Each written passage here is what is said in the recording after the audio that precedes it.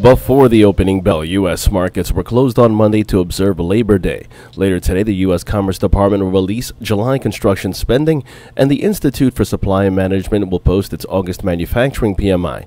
This as 93% of SP500 constituents traded higher on Friday. Now, with no major news after hours, we go straight overseas. Asian markets mixed today. The Nikkei rising 0.02%, the Hang Seng down 0.39%, China CSI 300 up 0.14%, and South Korea's Kospi down 0.18%. European markets losing some ground, and futures call for a slightly negative start. Now, there's no major earnings expected today, while on the economic dock at 9:45, we have August market manufacturing PMI. 10 o'clock in the morning, we have August ISM manufacturing, as well as July construction spending.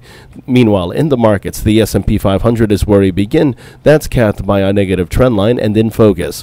As long as 2912 is the resistance, look for choppy price action with a bearish bias, as the index is capped by a declining trend line in place since August 30th top. Short positions below 2912 are favored, with targets at 2889 and 2878 in extension. The Nasdaq capped by a negative trend line, while the Dow Jones capped by a negative trend line as well.